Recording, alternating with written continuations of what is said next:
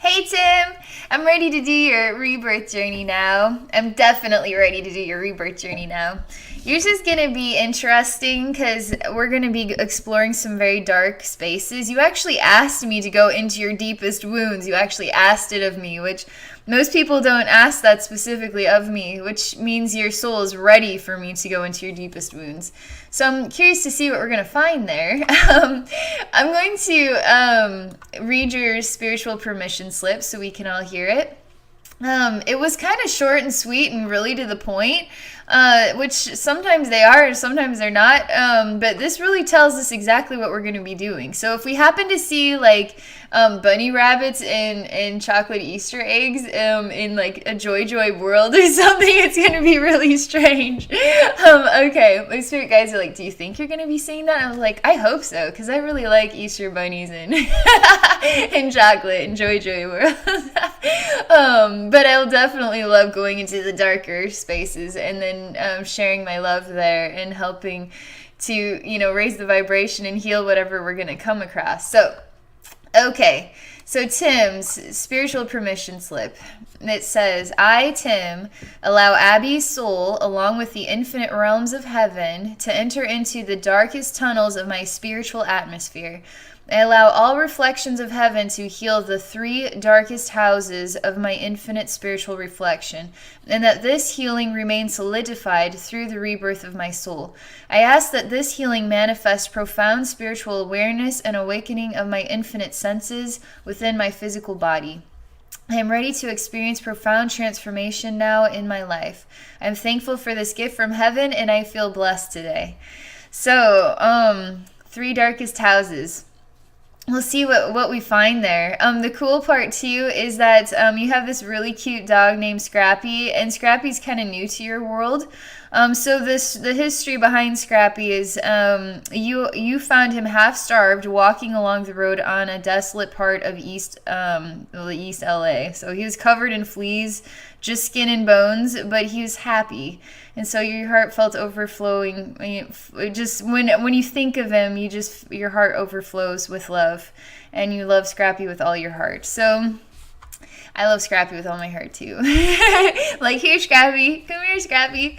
So Scrappy's gonna go with me. Scrappy sounds fearless. Scrappy sounds like it just sounds like he's just adorable. I'm actually connecting with him right now. I'm actually exploring this relationship here. I'm surprised by how quickly I'm moving into the beginning of this work right now. I'm supposed to tell you that your journey is beginning already. So I'm being taken somewhere. So I'm just aligning with the energy, which is really moving me faster than I've anticipated. This Scrappy is somehow a part of this, but I haven't quite fully connected with Scrappy just yet. There's quite a dark man here already. He's got a very long nose and a really long chin. And he said, am I what you were hoping to find? I was saying, well, are you? You gotta tease him a little bit. Rub their underbellies. So he's all got this white, and I got my Melchizedek reconnection disc, so I really like holding it in my hand because it keeps me balanced when I'm in these spaces as well. So I'm just gonna put him on hold for a minute and just tell you. I'll make sure to indicate where I got this piece because it's been a really wonderful addition to my life, and I'm excited to use it with you too for your journey, Tim. So I basically am going to probably advertise it every time. And then I have this crystal ball, which is really helpful as well. So I'm exploring him right now. He has a very long nose. He has no hair on his head. He's wearing a dark outfit. He actually has his own crystal ball, and it is set on a piece that he's holding it. Like a staff here. It's made out of some metal. He actually seems like a guide to me. A guide, actually, to take me through these spaces. He wants me to enter into this tunnel space. I would not touch this water on my life, but there's a liquid on this flooring here, and it's quite acidic. So I'm putting some clouds underneath my feet, and we're gonna like surf through here on a cloud. So I'm just supposed. There's something here. The walls are made out of old brick. It's kind of like, it makes me feel like an old, something dungeony going on right now. It makes me feel like, I'm just going to call it as just a sewer from, I don't know, some old sewer from just old. I don't even know what year, 1700s or something. It's like there's old bricks creating kind of a circular tunnel, and there's a liquid down here, and I'm trying to transfer. He's taking me into a space where there's three walkways. There's one this way, straight ahead, or this way. I actually feel quite a lot of love for this man. This guide, he looks kind of demony, but he actually is here to help me, believe it or not. He can take a joke as well. Like, I don't feel ill about him. He really is going. I don't feel anything ill just yet. So we'll just see about where this goes. But it's almost as if my soul recognizes him somehow. But we'll know here in a little bit. He's really trying to help me transfer into an image, and it's quite bad. So I'm telling him I'm okay to experience this. He's going to show me some dark scenes. Basically, a net was just put over top of me. I'm basically being dragged into a space. The original image was something like a dungeon space with my arms shackled against a wall, kind of classic style, like you might see in a movie. Like it just seems like man in dungeon, arms shackled to wall. That's what that looked like. But this, I know, netting, and I'm being dragged somewhere. He just asked me if that makes me feel uncomfortable, and I say no. It's part of the wisdom. If the wisdom makes you feel uncomfortable, you have to ask yourself why. So the wisdom is here for healing and awareness. So he's showing that he was only wearing a mask all along, and he's taking the mask off, and he's showing me that what is underneath is a different appearance. So appearances can be deceiving, right? But you have to feel them out with love. I was able to sense that he was not a demon because the way he felt in my heart was quite loving. In fact, he's sort of, this is really aligned with Scrappy. Believe it or not. So looks can be deceiving, right? Maybe he looks kind of like an old just kind of a roughed up guy. In fact, he's just a, what do you call that, diamond in the rough or whatever. He's quite wise as well. There's no surprise that you happen to find this dog, Tim, because your soul's quite profound as well.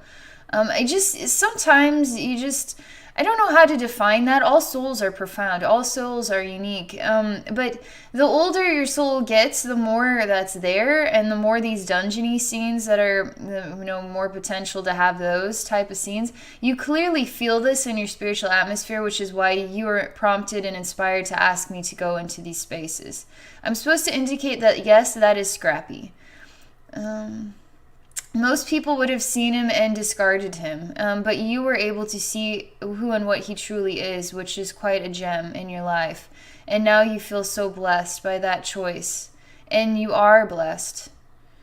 So, you're supposed to acknowledge that you have a very good heart, and your good heart allows you to see things with real clarity, real wise decision making, and you really want to go places. You really want to feel and experience more of the spiritual wisdom. You really want to feed off of more of that in your life and really bring more of that out of your soul, so other people can experience it too. It's really good. This is all part of the wisdom. I'm supposed to tell you all of this. You really need to know this about yourself.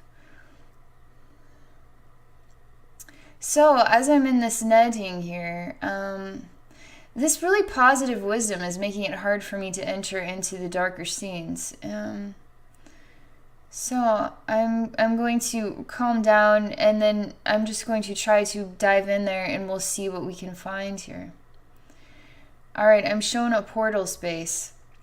I was just supposed to tell you those two things. Your soul would relate to those two things, apparently.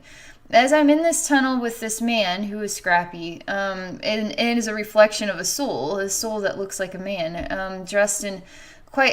He would be. I can't tell you right now. I'm in the tunnel, and there's basically a black portal that is quickly coming towards me and is going to swallow me, me and Scrappy together. So I'm in this portal space. We're completely surrounded by darkness. I didn't even get to go down, choose a tunnel. It just, a dark portal came to me and then engulfed me in darkness. You are totally open and ready for this experience, Tim. There's nothing but darkness here. When there's nothing but this version of darkness, you cannot see shadow, you cannot understand walls, you cannot understand the space. I feel really positive energy. I'm just filling this space with my natural love of all things. And Scrappy is here with me too, but I'm not able to see him at all. I'm completely in a dark space. I'm feeling like I'm getting to something right now, but I still can't see. I'm completely blinded. But I'm moving in a forward motion. How do you know where you're going? You just start going in the direction of what is a magnet within your heart to take me to where you need to go. There's quite a lot of darkness in here, darkness that has a consciousness. Not just darkness that is in the air, but this is thick. This is very thick. It's really thick. I'm trying to enter in the light of heaven in here, but I need a minute to allow the wisdom to take its place, I guess, so I can see what to do. I'm just going to come up with a solution here. I'm just inspired to use really profound energy, which is in the form of a loud sound of me just screaming, I guess, just in a really loud sound. This is what my soul is inspired to do in order to break up the vibration of this energy. I have to alter the vibration by making a very loud sound. So I'm breaking the energy. Now the energy is going to collapse. It's turning into a liquid like water and is collapsing to the floor. Now I'm starting to see a flooring here. Again, it's sort of like medieval style. Like I'm in a medieval style space with a church, kind of a church scene or a castle. I don't understand what I'm inside of yet, but there's those same sort of brick pieces on the flooring here. But there's stonework as well. But this is not your typical space because it's kind of glowing blue. There's some cathedral style windows, the pretty glass kind where the light comes in. Again, they're saying, are you afraid? And I'm saying, I'm only speaking the wisdom. The thing is in this experience, your soul was terrified. Of that is clear, but I'm not your soul right now. I'm able to do this work for you. It's funny because you're like, you said something about me going to face your demons for you. It's like, it's okay. we all need friends to help us in life. This is what I do. I want to do this for you. It makes me happy. So don't feel like you don't feel anything about it. You deserve this. Scrappy's so wonderful. I'm so happy Scrappy's here. I'm happy Scrappy's here. I love it. Oh, Scrappy makes me happy too. There's quite a dark sensation here. All that dark energy is turned into a liquid. I'm able to see this space clearly. With detail, because it looks like I'm in kind of a private room in a church, and but there's some bricks on the floor, so I don't know. I feel like I'm up high though, and there is a stained glass window here, and it has some yellow and red to it. It's actually in like a I'm looking at it like it's a triangle piece, but it has more to it than that. There is light coming into this space, but there's quite a lot of blue. Almost like there might be blue windows that is creating a blue hue in here too. That's kind of cool about stained glass windows because they create a lighting effect on their own. You don't have to paint the walls, just get a stained glass window and let the light come in and color the walls the right color, right? It's like a color therapy, stained glass windows.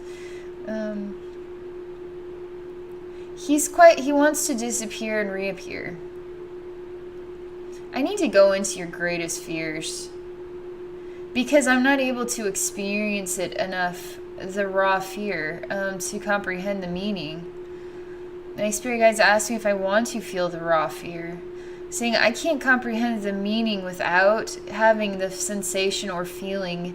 So unfortunately, then yes, I tell them I'm okay to experience the raw fear. I'm being pulled downward now. They're taking me down. I would have always remained in a sort of higher realm because I'm so feeling such a high vibration of energy that to go to darker realms, you have to take a more serious vein even. I'm saying I allow you to help me to go downward, where I can go into a space.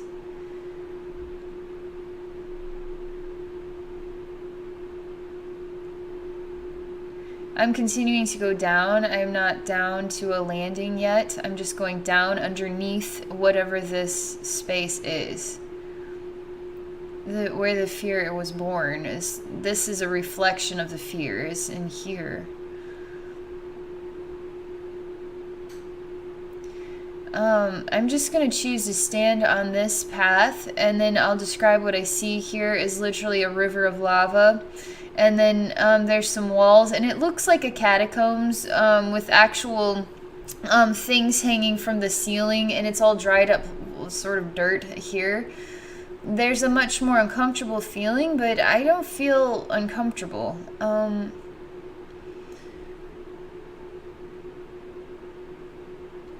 I'm inspired to go back to the hallway.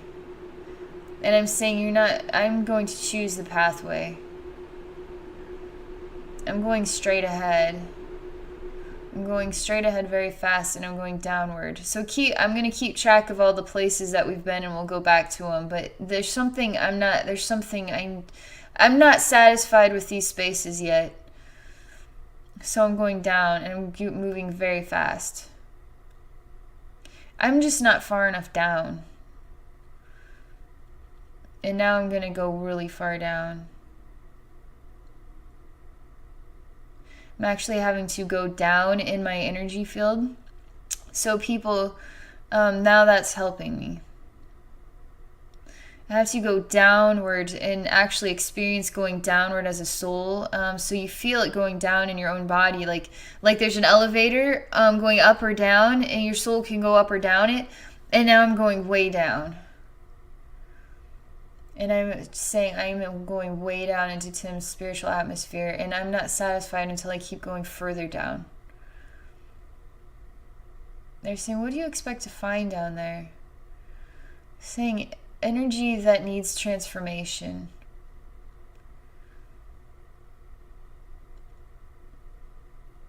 I'm stalled out here. I'm levitating. I'm against it's just a dark space.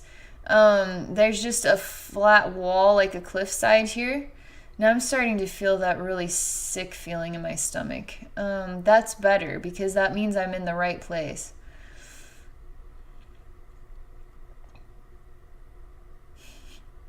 Spirit guides like, Abby wants to feel the sick feeling or something. It's like, I actually don't like that feeling. I can't stand it, but it doesn't feel right unless that's sort of my indicator that I'm in the right place. I'm examining your fears. I'm examining what is the most weakest points in your spiritual atmosphere. I'm going to heal them and then transform them. There's a man I'm seeing a scene in this space, a man putting on a black cape. He has no face. It's all whited out, but he has black hair. he's actually blasting off like he's a Superman. Like he has the ability, but he's not wearing a Superman outfit by any means. He's doing somersaults in the sky. He's quite happy to be able to fly. He has no wings, but he's just doing this. Now I'm inspired to walk forward. This is quite a fascinating... I'm telling you, this is probably the most amazing deep space I've ever seen. What is a very long bridge? And in what is a space that is so massive I can't see the walls, although I can sense they're there. There's a deep ravine. It's got a gothic style to it. It looks kind of witchy or kind of creepy. I'm walking across like a mile-long wood sort of rope and wood bridge. Everything is in darkness. There's a man that looks kind of like Jack from the Nightmare Before Christmas style. And I'm going over here to visit with him. He's sort of excited to see me, I guess. He's even coming to me very quickly. I seem to be happy to see him too. I'm asking, why are you down here? He's really delighted. He's one of these darker entities that isn't the evil ones. They're like, they're sort of skilled at helping to ensure your soul has a specific journey experience.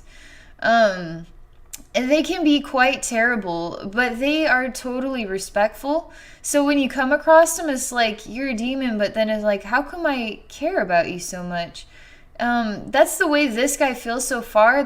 I need to just make sure see how the wisdom unravels, but I quite am so happy to see this guy, which is a good sign that he has a positive purpose despite what the appearance is. Again, appearances are deceiving. There's something about this wisdom here.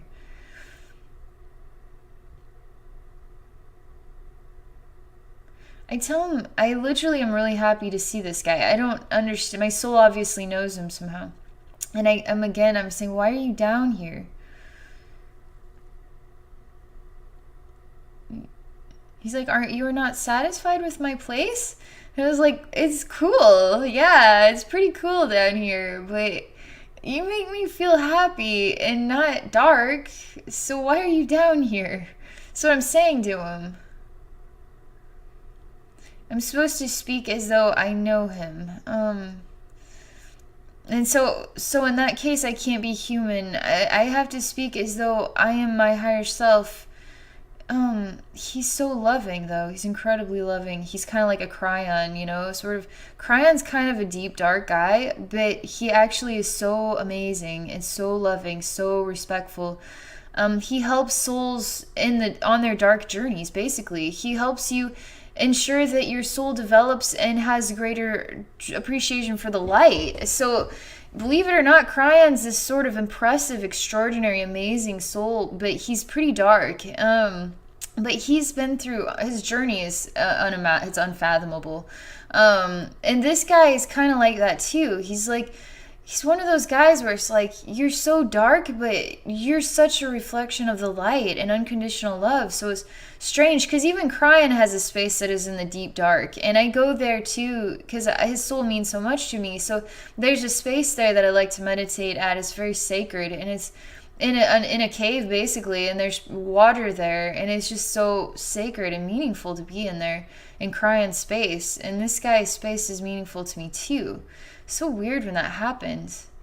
This is just a sign that your soul actually has a relationship with this cool guy, who's sort of a master, like a Cryon style, but not Cryon. He's different. So I'm supposed to speak as if I know who he is. So I'm trying to get cozy here. I gotta get cozy to figure this thing out. This is a wild ride, I'll tell you what. Because I'm just so touched by him.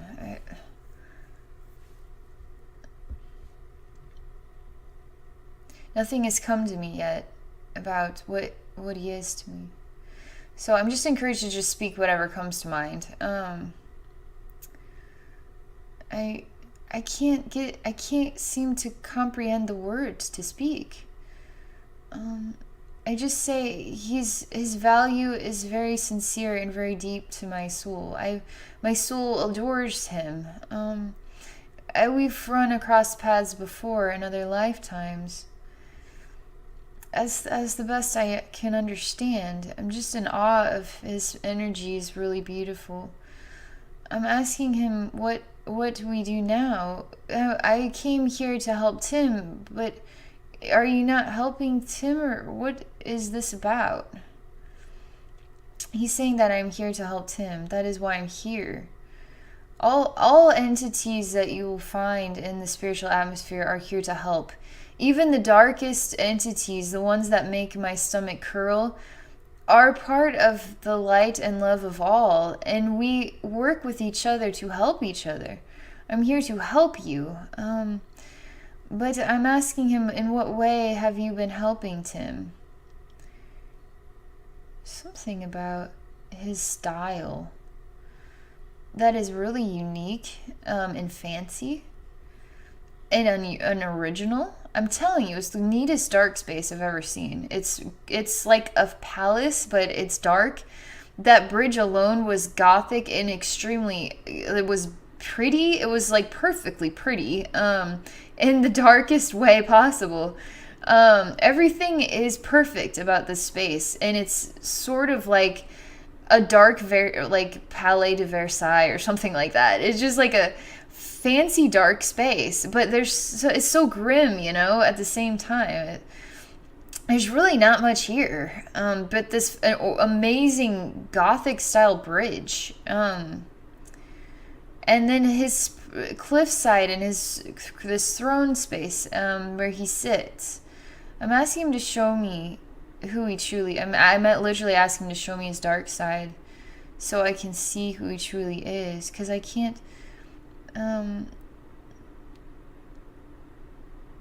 Something about me actually going into him. I'm supposed to recover a part of your soul fragment that is inside of his spiritual atmosphere. He's the most beautiful soul. I'm like, he's the most beautiful soul. I can't believe that I'm meeting this guy right now. He's older than, he's old like Cryon, but Cryon is still older than he is.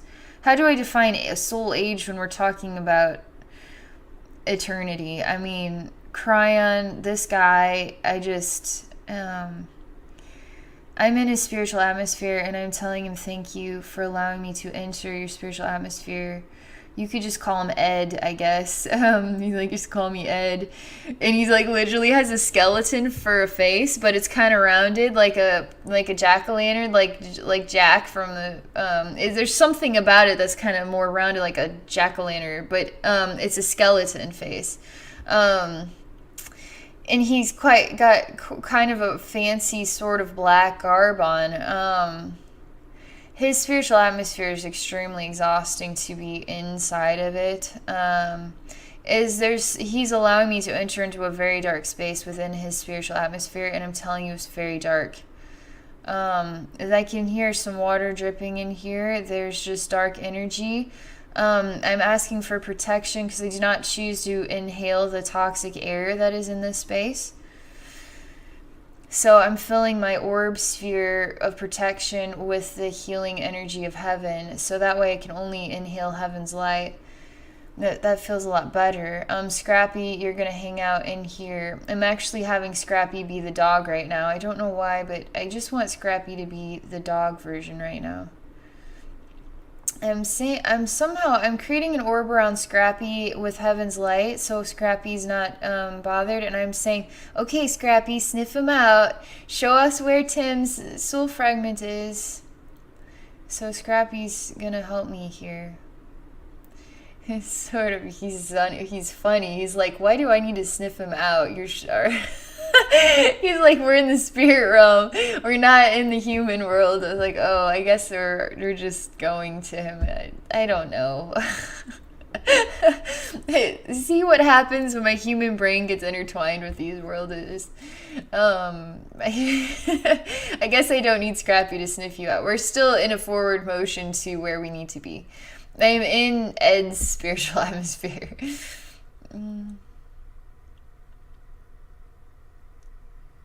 There's a heartbeat. I've reached a heartbeat inside of here.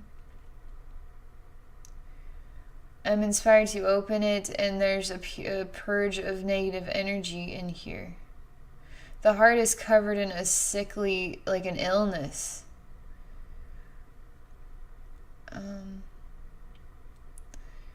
So something there's something more going on here.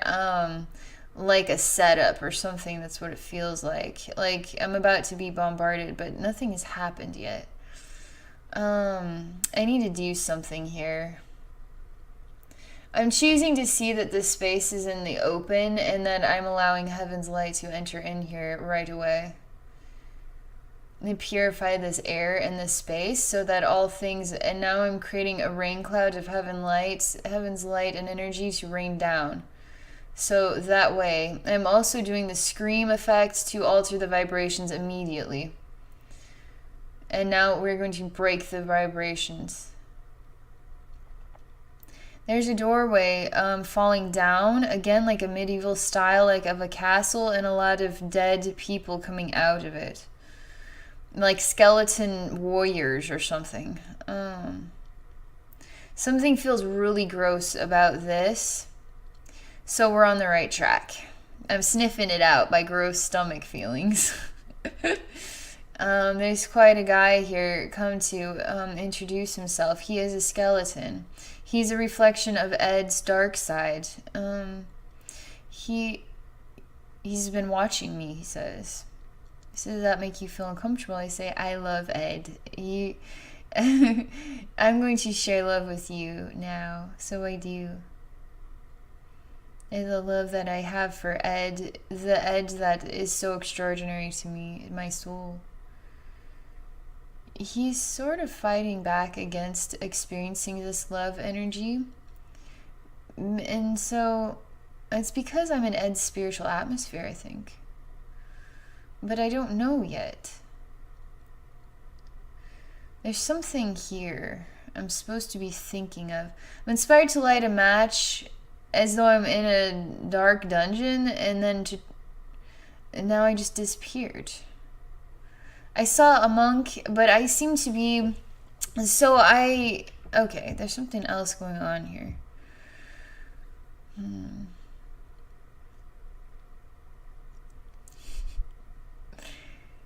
I'm getting it. Ed's training me to be better at what I do right now, so he's gonna make sure that I can feel it like I said I wanted to. So he's trying to help me, teach me to be better at this work. I trust him entirely. I trust all of my spirit guides. I trust everybody. But where your soul fragment is in a very, very dark space. I'm telling you what, if I can get this soul fragment out of there, that alone is going to be massive.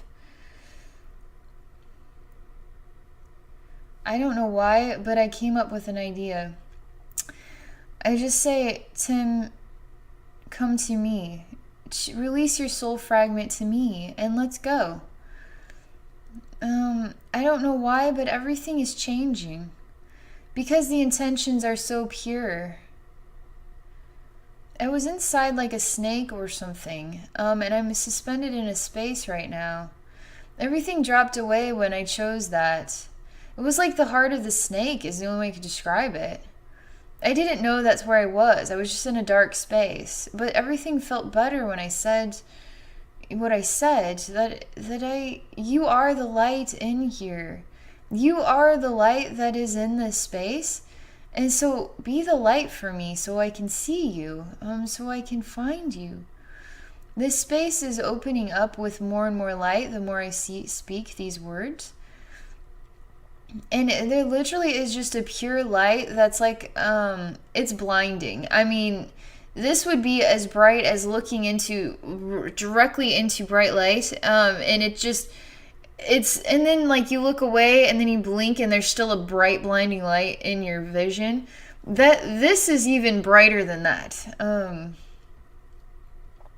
I'm just saying, I'm just speaking to this space and saying that I'm thankful and grateful for this experience.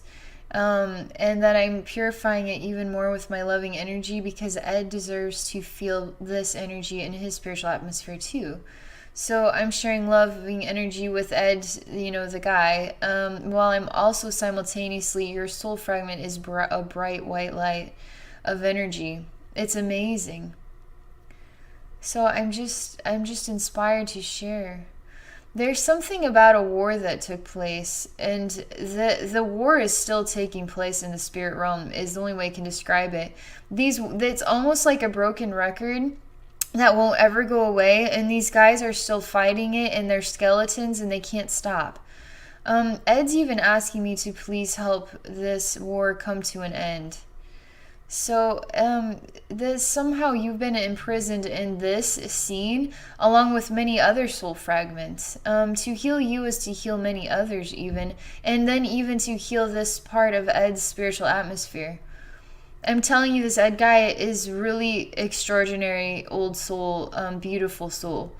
So I'm like really honored to have this experience with him. He may seem kind of dark, but some souls have traveled a very long, dark road, and for them to transform, their pathway is just extraordinary. Crion's pathway is unfathomably extraordinary. I couldn't possibly define it. Just extraordinary is the only way I could define it. There's rare. It's just he's too old of a soul. It's just insane.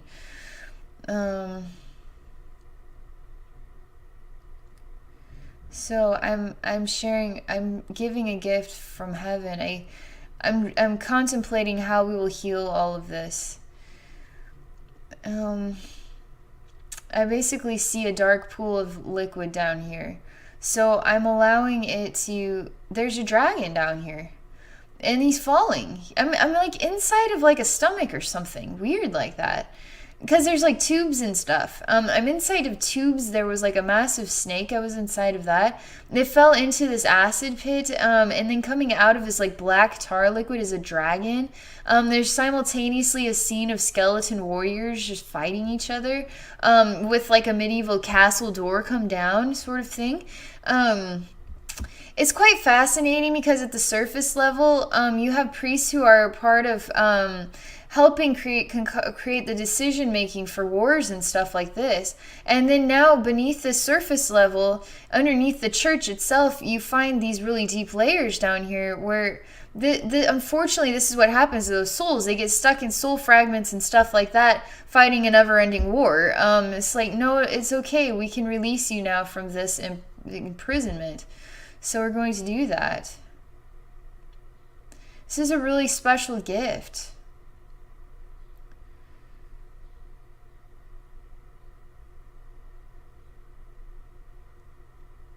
I'm sharing extremely pure love with this space. The more love I share, the further down the sort of liquid goes. And so I'm just trying to channel. I'm trying to go down further and further downward. Again, we're just going to continue to go down. I'm obviously meant to keep going down here. There's more to all this. It's looking like a bunch of junk. Like I'm, again, in an odd like sewer system or something. Continue to go further downward. The faster I go, I mean, I'm healing and pushing all this. It's just turning into garbage. It doesn't even look like liquid anymore. It's just a bunch of pitchforks and swords and shields and just, I mean, it's all kinds of just war junk down here. I'm just, you know what? I'm just going to evaporate it and say, you know what? All is healed now. This is all a part of the past. It's not the value today. We see it and we acknowledge that this was the decision making, and this decision making is still loved and accepted in heaven. It's still because we're trying to comprehend ourselves, you know what I mean? And so sometimes we make decisions of this kind in order to learn as souls and grow. Without the experience of war, then souls can't appreciate peace, you know what I mean? So unfortunately, sometimes the dark then becomes the good thing that helps us appreciate love that much more. So, so I'm speaking these words to all of these items. There's a big army that is marching on top of it and heading up this tunnel. It's a very dark army. They even got guns with sharp points at them. Bayonets, is that what those are? I'm using just water to wash everything away. I'm just washing them away. There's a reason I saw that. I was sort of standing in a dark place. I lit a match. I turned out to be a monk, and I just disappeared. Again, there's just odd versions of experiences in dungeon spaces. Even being a monk yourself, that's sort of you being a monk, which just, you're trying to comprehend things. Your soul has played a lot of roles. I'm telling you, your soul has played a lot of roles. It's played good. It seems like it's played on both sides of a fence, but it hasn't manifested that that's the case yet. It's manifested that at the surface layer, you were being taken in to see the high priest or something of that kind to be punished, and then to be shackled against the dungeon walls. But you've also seemed to be a monk that has gone into dungeon spaces to share sort of spiritual wisdom to help others. But you've also journeyed down very dark roads underneath, like in sort of tunnel systems, to be in a battle setting, even in a war style setting, and traveled very long pathways. Your soul has experienced a lot with war, and experienced a lot of relationship, even exploring different roles within a church, different roles of actually not being a part of the church and being put before the church and then put into a dungeon. So you've actually experienced this as well. They're saying many lights need healed here, Abby. So I'm back in this space where I'm seeing this sort of dark traveler, just an army marching, and I can hear them.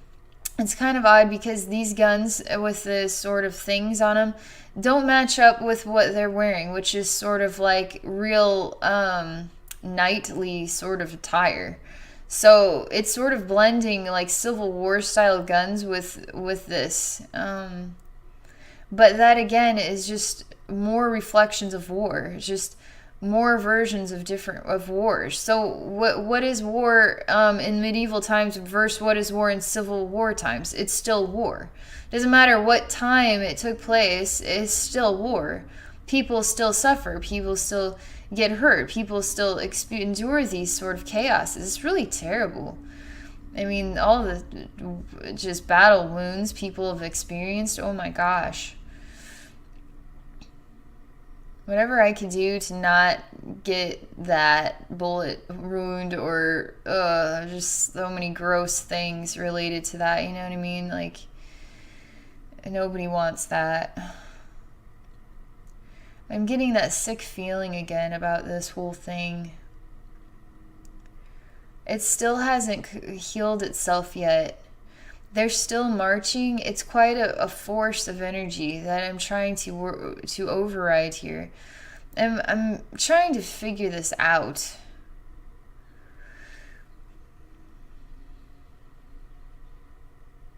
I'm asking Ed if he has any ideas for us. He's like, show him the crescent moon and then make it glow yellow. Like, okay, let's just see what happens when we do that. I'm showing them a crescent moon and making it glow yellow for them. They seem to be mesmerized by the glowing yellow moon. They've all stopped moving. Sometimes you just gotta add some ingredient to the pot and just change the flavor of the energy. I mean, as simple as that, now things change. Now I'm looking at a puddle and a child just ran through it, and again, a brick style road or something. It's quite gray. Skies are. There's a flag as well. He's sort of dressed like he's out of a Charles Dickens novel or something. Like,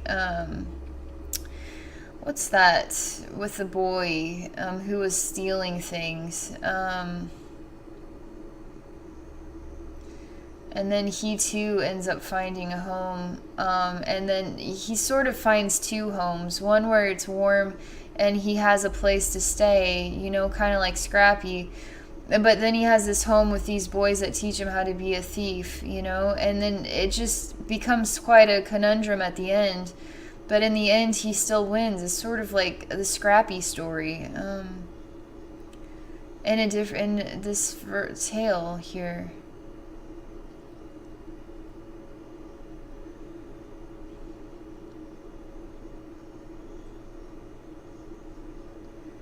I'm waiting for the next thing.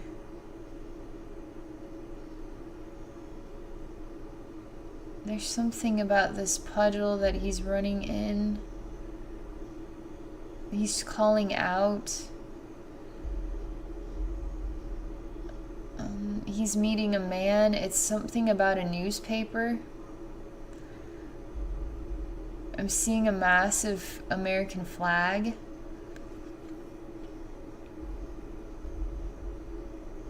Everything just seems like the flag is getting bigger and bigger and bigger.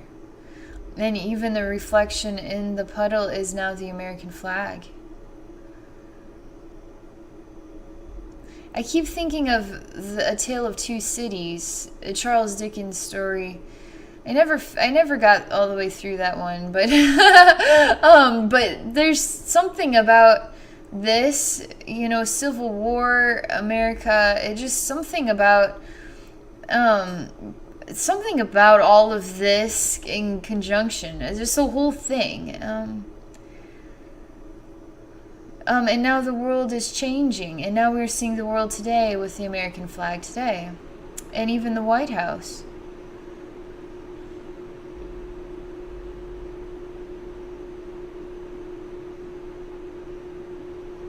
There's some really gross messages here that I don't understand what to make of them. I'll just say what they are, but there's quite a demonic man speaking. So basically, I've lost the words now because I was kind of shocked by what I was seeing. But he ended up moving the American flag to half-staff, and he said something kind of vile about, he says, does it make you proud to be an American? And then he's speaking in a way that is like the corruption of everything. He's talking about, he's really dark. This is a very dark thing about me. Is I'm really a supporter of don't go down those pathways. Let's just I myself am learning that the most valuable places we can put our attention is how do we love each other more? How do we inspire each other to love better? Do we want to focus on seeing this dark stuff? Having these dark thoughts, letting those dark thoughts sort of corrupt us into being hateful people? Or do we want to say, you know what? I am honored to know the history of mankind and to be able to have different facets for perception of it. But I choose to just see the love and the light of all. And that's the gift that is the most valuable part of life. And so I'm telling him that, you know what, there are no flags. There are no reasons why we need to separate each other. And now when there are no flags, there are no boundaries. Now we're just one earth. And now we have no reason to be at war with each other. Now we have no reason but to love each other. And love each other for the diversity and the differences between all. That is the most valuable wisdom I could ever share, is that wisdom, because we all relate to it, you know what I mean? But how do we experience that? How do we get to that level of experience across the globe, you know what I mean? We just keep trying to share more love with each other. Every time we share more love, now more love is shared. It's sort of the skipping stone effect. You skip a stone and it hops and hops and hops, and it transfers that love from one person to another, to another, to another. And now we infect the globe with love and transformation. So we rebirth the entire planet of our perceptions and what we choose to value or not value anymore. So if you value love, now what else is there? There's just love, right? So let's start valuing that. And that's how we transform everything. So we purify all of the history of mankind when we choose to all experience love, and choose love to be part of our experience. Not judgmental, not, ew, I don't like the way that person looks, but just say, you know what, I don't really relate, that person's not for me, or whatever. But see, Scrappy, a diamond in the rough. You choose to love and not be judgmental, and now you find yourself impressed and surprised and so joyful of the decision you've made. There's something about all of this blending together. This is even wisdom Scrappy is sharing with humanity. This is extraordinary wisdom that is going on right now. Because your soul deserves to have be cleaned of all of this history of war. This is why you desire to bring the beauty and love of all into manifested into this world, because of this very long dark pathway. And now we understand who Ed is. He's this guy who has a soul that has explored a very long dark pathway, now understands the value of love. And then is joyful when he can share that too.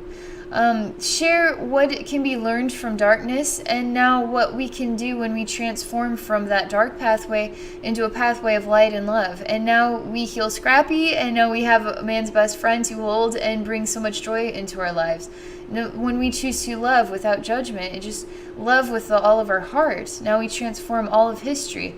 Now we release all of these soul fragments that are still fighting in wars that are long gone, you know? So I'm allowed to exit out of what is it's sort of like I haven't left this space, but I want to see it in its entirety from outside of it, so I can transform it, so I'm turning into something smaller that I'm bigger than, and then I can channel love and light into it. And somehow talking about this wisdom is healing the soul fragments and Ed, and it's going to help release your soul fragment and everything. So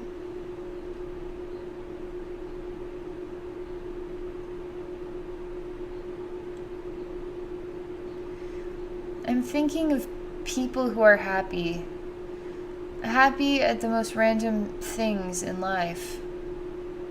Happy, just it's odd, but what is a man smiling because he got to see a long lost friend today? That is what that is. Something so simple to make the biggest impressive life is something about that is what I'm supposed to see right now in order to help with this too. The smallest things making the biggest differences. Again, little Scrappy making a difference for a big human is just that again. I'm seeing all of this as part of a dark lake, a pool of water of wisdom, the water of wisdom that is this entire dark history, in order to release the soul fragments. There is the crescent moon that is yellow. There's a massive horde of souls of the light that are here. We're just surrounding this lake in a big massive circle, and we're all glowing like torches of light from heaven in a dark world, with this yellow crescent moon. The crescent moon you can see reflecting off of the water.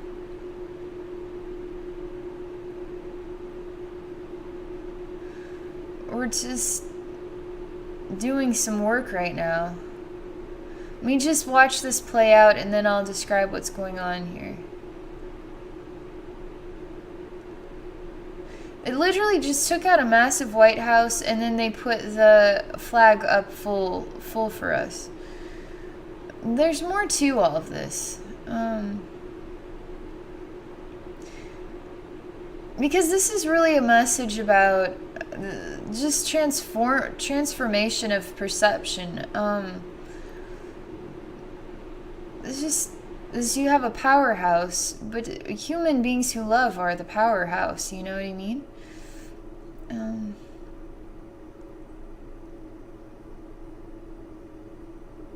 It seems to be drying up the liquid that it came out here.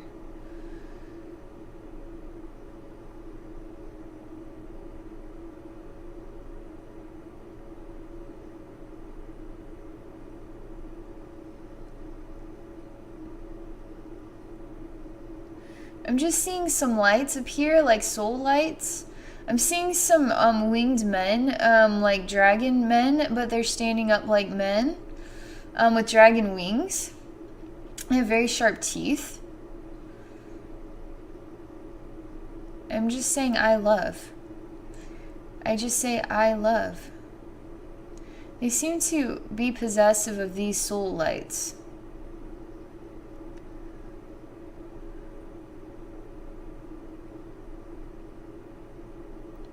I'm instantly creating triangles, grids around them to transform them in the light so the soul lights can be released. I'm transforming all of these images into reflections of the light. I don't understand why it keeps coming back to the sort of a government scene or something, but I'm just choosing to. I just want to see images of that make sense to me here. Just. I don't know how to describe this. There's a massive man coming out from under the ground here. I'm putting a net of transformation around him as well. So I don't know who this is exactly. Everything is getting a lot lighter. Everything is feeling a lot better. Even sunlight that is coming down to transform what we see and perceive. It has to do with what we see and perceive as the value. It is the value. It has to do with human beings choosing to love each other over choosing to allow the decision to be made by what is sort of. It's sort of we have this. I don't know. I'm kind of flabbergasted right now by all of this.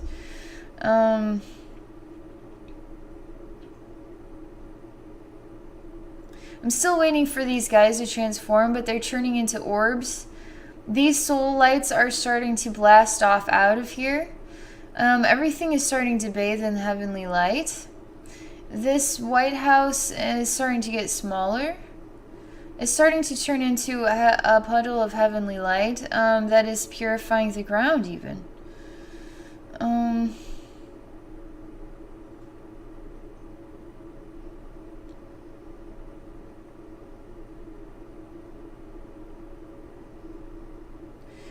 So, I'm just watching. There's sort of a dark puddle and a puddle of white.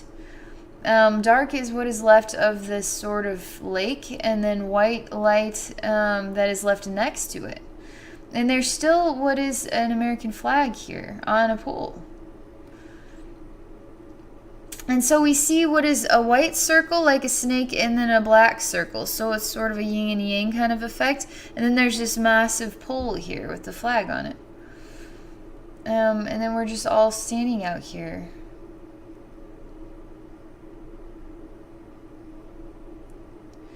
They're transforming the scene so there's not a flag to see. There's only this pond of white and black in the oneness, with the snake wrapped around it, like that. But there's no snake, but I seem to perceive this as a reflection of Kundalini energy or transformation. Is this whole thing is about transformation of what we value, even transforming into light.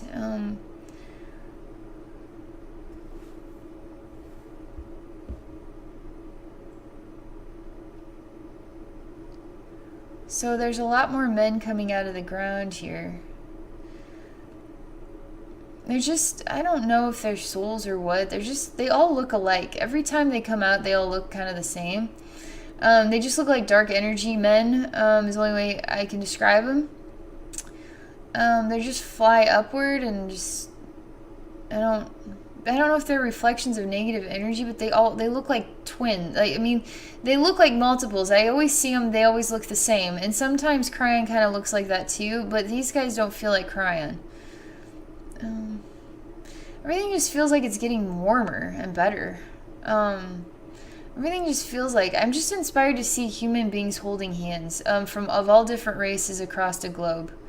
That there is nothing that we worship more than each other in each other's hearts. Human beings, and there's a massive peace sign that we all create. Over top what is black and white. So we're standing here and we are across the globe now. And now we are the size of the earth in a giant peace sign. This is how we release the darkness, is we choose to be at oneness with each other and be at peace.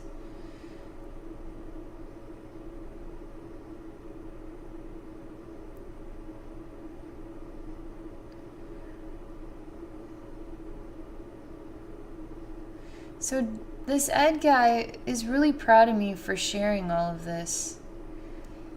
He's showing how this is just, it's a part of history.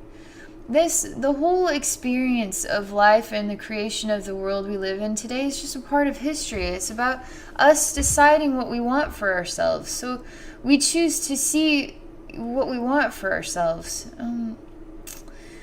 And then when what we want is peace and love and connectedness with each other, now there's nothing dark, period. There is no dark. There's only love. Across the globe even.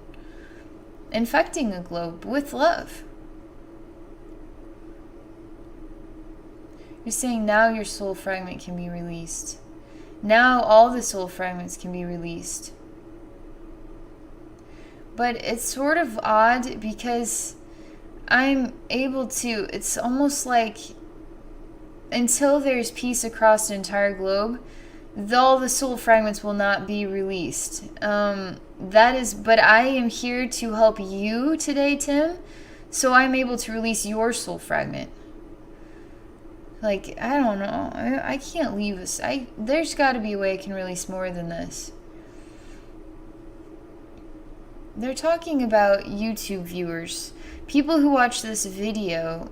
If you say, something about I can inspire more transformation when I involve more people who choose a pathway of love and transformation and want to help others. Maybe you don't know how to, but somehow your energy and desire to see a better world, a world where we are all in oneness and in peace with each other, that has a way of helping to release soul fragments that are enduring this experience of being trapped in like a never-ending battle. You help Ed's spiritual atmosphere when you my spirit guides are asking me, so what do you want from the YouTube viewers? And I was hoping you'd tell me what we could do for them to be involved with this. So I'm supposed to ask you to visualize a peace sign, the globe, and a peace sign. And visualize that being the gift that heaven manifests here for humanity every day. Do that every day. And so I'm going to do this every day. I'm actually going to take 30 seconds or less to visualize the globe with all human beings of all the colors holding hands in a peace sign. And now heaven can come and manifest that dream. If we all think about this dream together, now this dream manifests. The dream where we are all at peace and balance and love with each other. And then that is the only thing that matters, right? So now, as I'm seeing this image is releasing soul fragments from the ground, from burial, war burial. This is serious. It's making my nose itch. It's that serious. So, the more people who choose to do this every day, the faster I'm seeing souls released across the globe from war battles. A lot going on across Europe specifically. They're saying we manifest a new dream of reality by simply just doing that. And desiring to see that as the experience of the world for each other. Something feels much better.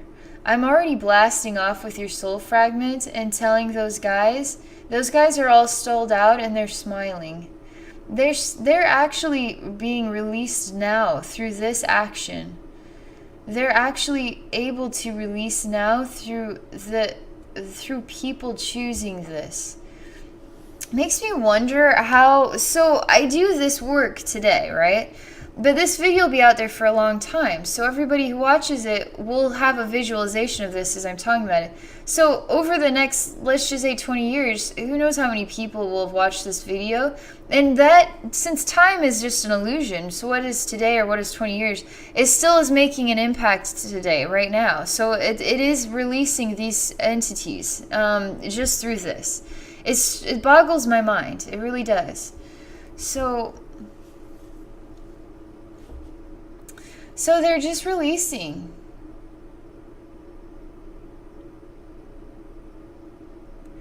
There's so much love hitting the planet, and there's so much love hitting this specific space where there's this battle going on.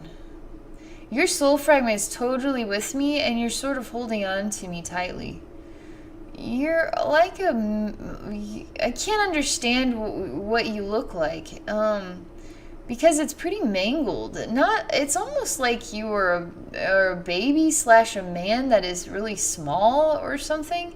You can see it's kind of odd the way that your soul fragment was a light, and now I'm starting to see what's underneath. And I'm helping you to grow your body as we're going up and out of Ed's spiritual atmosphere. All these guys are being released as well to their current souls, like wherever their soul is the souls they're returning.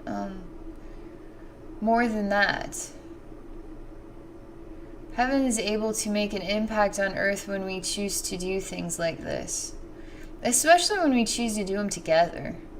We got to release these soul fragments. It's amazing what one soul fragment release. Getting that back to you, it's amazing what it can do. It's like something you lost as a child and you just forgot about it until it came back to you, something you loved so much that you couldn't live without it, and then you see it again 20 years later and you're like, you can't, your heart stops for a moment and you can't breathe because it's bringing back all this insane memory of being a child again, and what that thing meant to you. It's like a perfect moment. If you've ever seen Amelie the movie, it's a French film. It's like one of my favorite ever movies. She finds this toy, this box of this guy's childhood memories are all contained in a box, and she ends up finding him and then getting it back to him in a really sort of sweet way. And when he finds it again, he's changed for life. He decides to do things differently. So we need to inspire these experiences for each other. The soul fragment one little soul fragment can make a big difference, that big of a difference. I'm returning your soul fragment to you right now. I'm outside of Ed's spiritual atmosphere with your soul fragment. He's smiling and even waving goodbye to me because I'm already leaving his space. I was kind of not ready to, but that's okay. I feel ready to now. I'm going up, up, up and away. I'm inspired to. I'm going past the place with the red lava. I'm going up into this space here, where I'm in this church space. But I seem to blast out of there as well. Everything I'm leaving behind. I'm just allowing it to be purified in the light. It's just a space that is part of the past, and we just purify it with love now that we understand. And now we go into heaven, and your soul light is being taken by heaven and held and comforted and loved. And then it's when it is experienced the healing it needs, then it will enter into your soul. So you already are experiencing it. It's just a thing about time, There's a set amount of time that this soul fragment is going to need in heaven, while simultaneously it is already a part of your soul too. So the more healing it's receiving in heaven, the more you're going to be feeling transformed by this work I just did. I'm supposed to see all the spaces that I've seen, and then to put them in sort of an orb like this. So each space contains is an orb of wisdom of its own kind. So even this space where we saw the lake and all the people and the crescent moon and then the White House and the flag and all of that transformation, we put this into an orb of wisdom, and then we just share love with it, and to allow love to be the value of everything. And so we have human beings across the globe with doing the peace sign. So that too is an orb of wisdom. That too is being, but they're sort of like, that one is not a part of the past. That one cannot go into an orb of wisdom. That is a part of today and the future of mankind. And so we're showing all these other scenes. Ed Space, I'm like, do you want to go in an orb of wisdom? But he is sort of, I don't get it. Some of these places go in one and some of them don't, I guess. All of this scene with the church where it was starting to melt from love, I saw it when I was blasting out of the church with your soul fragment. It's sort of just becoming in an orb of light as well. All these orbs, this spaces, so things are happening while I'm trying to talk about them, and it's like, stop moving. I'm trying to talk about stuff. They're just doing things on their own as I'm speaking. It's like, okay, I can't keep up with all you. I'm just choosing to see it all in one orb. But apparently this thing, the globe with the people, Ed Space, they're part of the now, I guess. I don't understand what that means exactly. There's somebody here. I'm asking him if he would like to know what love feels like. I'm transforming him instantly. I just put a grid of energy around him. I'm putting a grid of energy around myself, and protecting myself of his energy.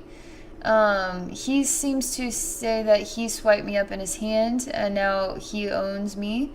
So I am showing him that I'm much bigger than him, and he's already inside my orb, and he cannot be released. There's energy going throughout his entire body. There's many birds here surrounding him in white light of heaven. I'm asking Archangel Michael to assist me with this. There's quite a big root here, of work. So I'm going into the depths of the root in order to get it released.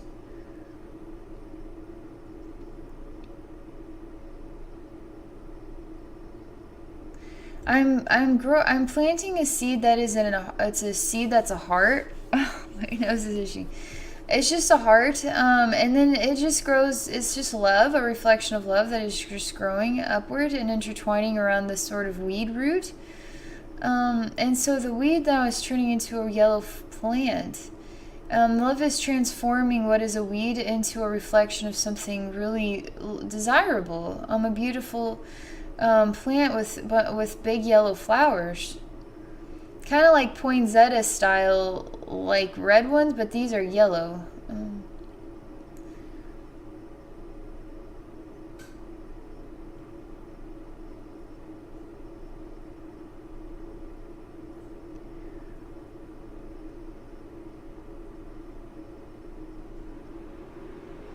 There's more work that needs to be done here.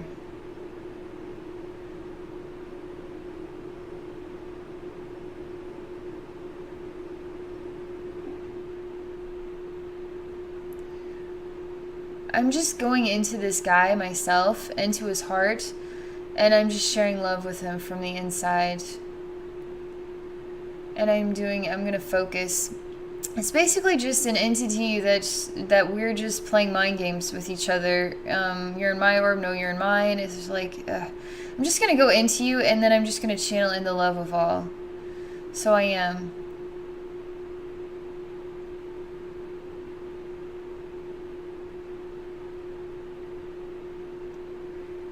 It's the love of all that inspires change and transformation of an expression and an identity.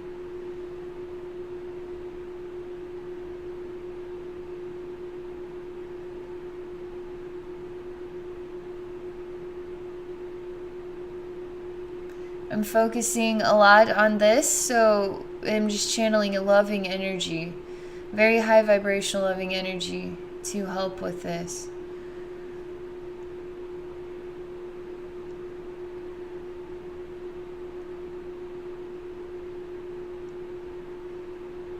There's nothing purer than real, genuine love. Love that comes from the depths of the heart and is so honest. It just is honest love.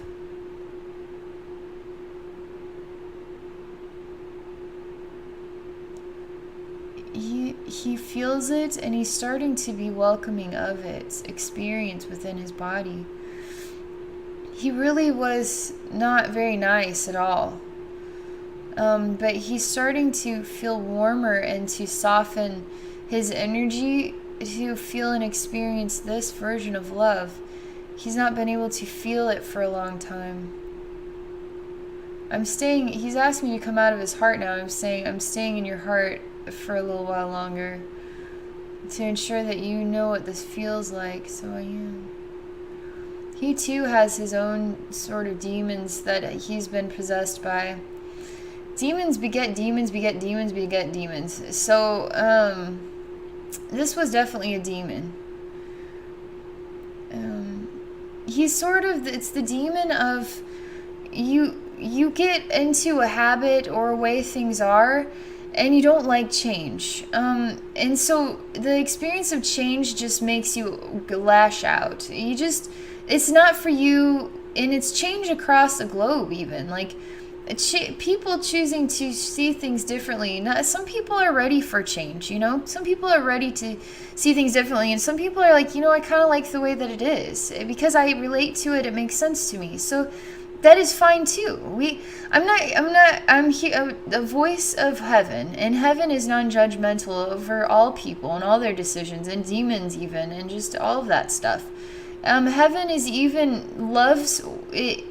accepting of the experience of war in order to allow souls to comprehend themselves that much more. So everything in existence, instead of choosing to see it as something you hate or something you have no control over or whatever, just choose to see it with love, and then choose to allow yourself to see a different way. And maybe you don't have a clue how that ever is going to happen, but you just choose to say, heaven, I don't have a clue how this is going to happen, but you know what, I'm just going to see a globe of people holding hands, smiling, laughing, enjoying each other's company, and we're all standing in a giant peace sign the size of the earth.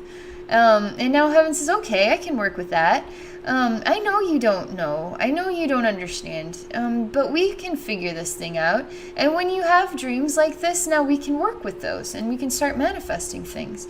And so that's what this is. And he's sort of that sort of demon where he's not ready to experience that yet. But now the more I warm him and show him the value of love, he's starting to say, you know what? I think love's actually okay. I think I could warm up to this idea. That's the way he feels. They're saying, do I think Tim has this sort of behavior in him? And I'm saying, well, I think we all do. I think we all have that behavior in us.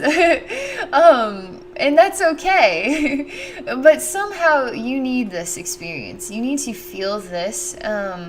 To help you see differently, and to help you raise your flag above, just raise the flag that is you and let us see you. Just be the biggest flag there is to see, because your flag, your soul is quite extraordinary, and you have a lot of special stuff to share. So we don't worship, the Spirit is speaking wisdom here. We do not worship a soul. We just admire souls and adore them. We admire and adore everybody and for their unique style and their unique balanced way. And when we choose to see everybody as a unique, special soul, now we are choosing to open up to a whole new way of being. A way of being that is full of love and balance and harmony and joy and singing and dancing and peace signs across the globe. So that's a very beautiful thing. And that's what we all want in our hearts. And that's what I'm sharing with his heart too. So he's feeling a lot better, and I'm telling him that I will come out. I feel how you feel better about this.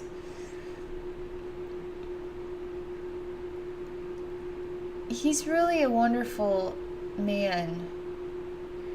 He's kind of not, he's ready to be on his own now. He's still getting used to that feeling, and I can tell he's kind of not quite with it yet, but he's welcomed it. He's already welcomed it, and that is the first step to balancing, being in harmony with something. Especially when you choose love to be what you want to be in balance and harmony with. When you choose hatred, it's like, oh, don't do that. Don't choose hatred. Now we have war and a bunch of soul fragments trapped inside of Ed's spiritual atmosphere in a very dark space. Let's not do that, okay? Let's be in balance with what love feels like. Maybe it feels like two goofy feet, and we can't dance with two goofy feet. But you learn how with practice, right?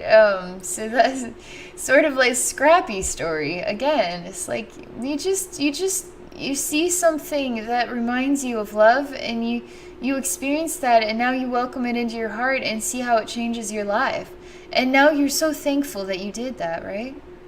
That's so beautiful. It's like, I can't believe the wisdom coming out of this video, Tim.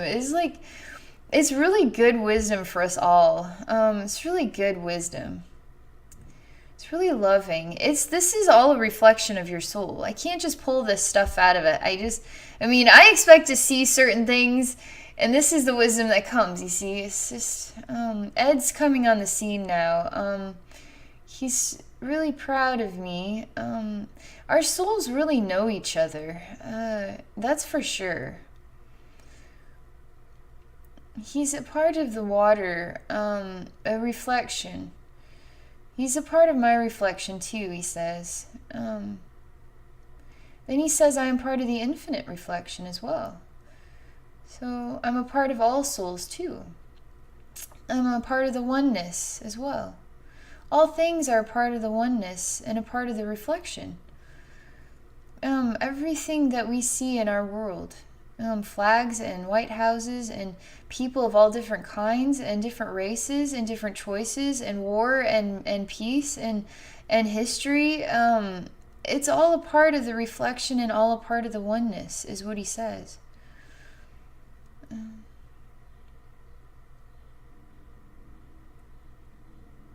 So choose to see not the things individually. Choose to see them as a whole, a part of the oneness, and a part of higher wisdom. And then be of love and acceptance without judgment. That's what he says. Just because I live in a dark space and kind of have a demonic way about me, I still am a reflection of love. Is something about appearances can be deceiving again.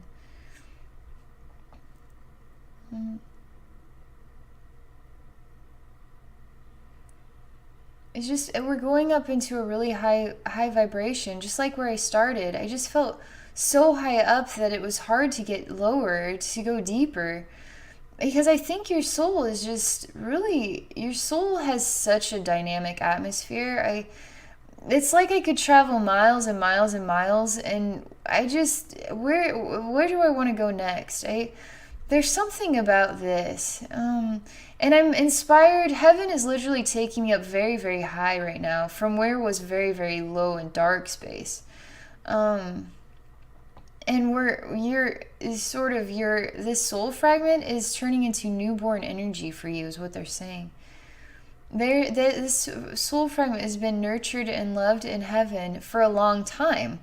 It's funny because I just took it there, but what's like years or something is what this feels like.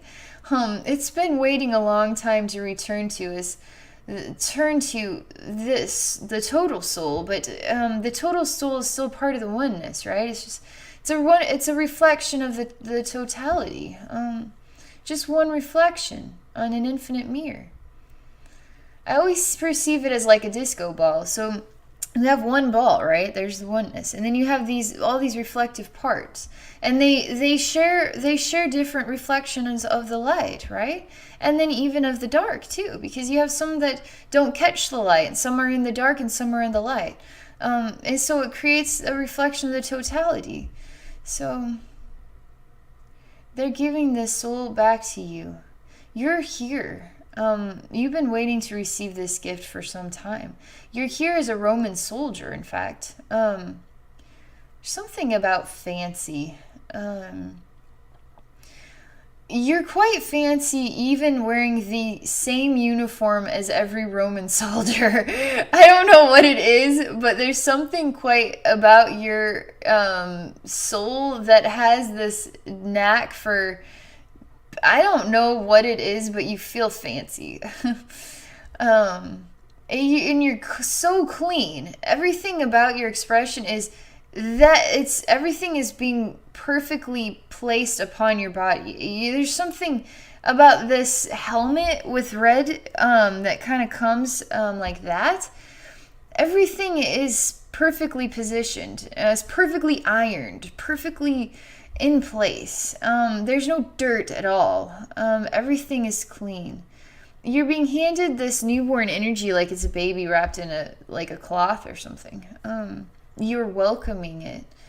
You're ready to receive it. It's actually being breathed into your body, and now it's glowing outward from your heart. You're glowing now. You're glowing with light. You're even saying hurrah, and jumping up and down.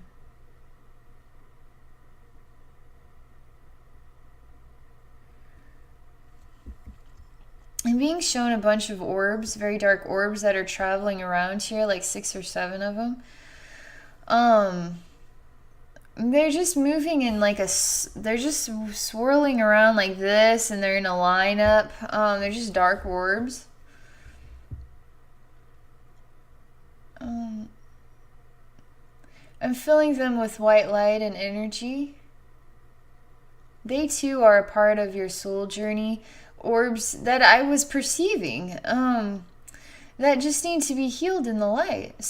Experiences, all the dungeon experiences, the one where you're shackled against the wall, this with the monk, this even with the church scene where you're supposed to be put before the high priest. These memories of your soul that were very tragic, even this war scene where these guys are still playing out the battle. Their soul fragments being released into the light now through us choosing to see the world differently. Even that isn't an orb, and they're all to be there's several people standing here, and they're smiling really big. And each one is so happy to see these orbs here in heaven right now, because they've needed purified in the light. They're part of your soul spiritual atmosphere, and they've been filled with sort of dark negative energy for a while, because they're soul memories of times when they weren't quite great moments in the experience of your soul. So we raise the vibration to allow purification, harmony, balance, acceptance, all of that stuff. The soul feels relief from that.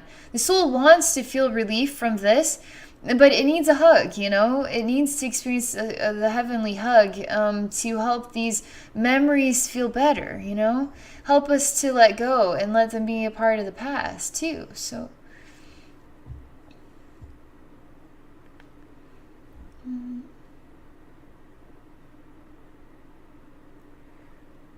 I'm just spelling I love, like across all of them. So how many letters is ILOVEYOU? That makes 8. So we're just gonna do this here. There's quite a few here, but it doesn't seem like 8. So let's make it a U instead of a YOU. This is better.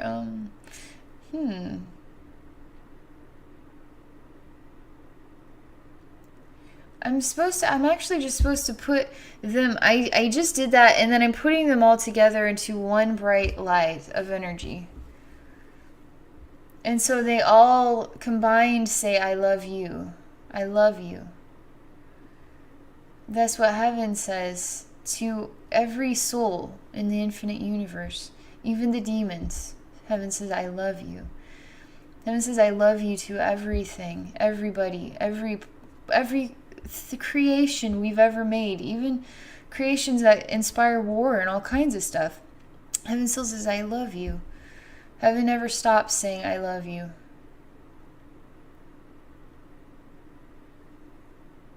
So this orb is really bright right now. But there's something about this. Something new is happening here. What is this orb being put down like a garbage chute or something made out of a piping? And I can hear it like a bowling ball going down a pipe or something, and it's rolling. And I don't like this because the scene is like, not this pure I love you is not going down the garbage disposal into like an old, sewage pit or something. But we gotta go and see what this is about. Scrappy's down here barking. Scrappy doesn't like it either. No, we gotta get the I love you or back. Not in the sewage pit. Not in the sewage pit. Only love can transform images like these. That's what Spirit says. Let's allow love to transform this image into something of the light now. May purify all things across the globe with light and love. This is the gift of your soul to humanity. Your soul does this. Your soul actually does things like this. It transforms spaces that we would say, ew, gross, and bark at. You would take a space like that and then turn it into a space of heaven. You do stuff like this. You have this ability.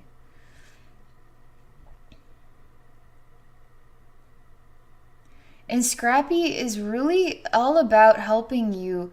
He's somehow your inspiration and passion and drive. If you can transform Scrappy, you can transform anything. And your heart beats to keep creating spaces of pure love and joy. Like, you have a knack for creating spaces that transform us all. Because they are no longer spaces that make us feel gross inside, are reflections of how we feel kind of down about life, but you transform them to make us feel like we are experiencing a paradise that's just surreal, But you do that. And Scrappy is like a spirit guide to help inspire these works that you are inspired to do. He fuels you. His soul is very old, very amazing, very special, your souls are very bonded, loving soulmate friends. But there's something really special here. He's not just your everyday soulmate friend. He really is unique for you. He really is sort of the manifestation of this part of you that longs to transform the sort of ugly sides of our world into something that transforms all of us, your own heart, but then all of our hearts, because you want to make an impact. And you do make an impact. And you've already made an impact on Scrappy's life. Like, you have this ability to make many impacts. And I'm talking like what would be 15 projects or something, accomplishing really profound transformative things. You really need to start digging your feet into the dirt and come up with a new project. Go find a space that's really gross and then transform it. Go do that.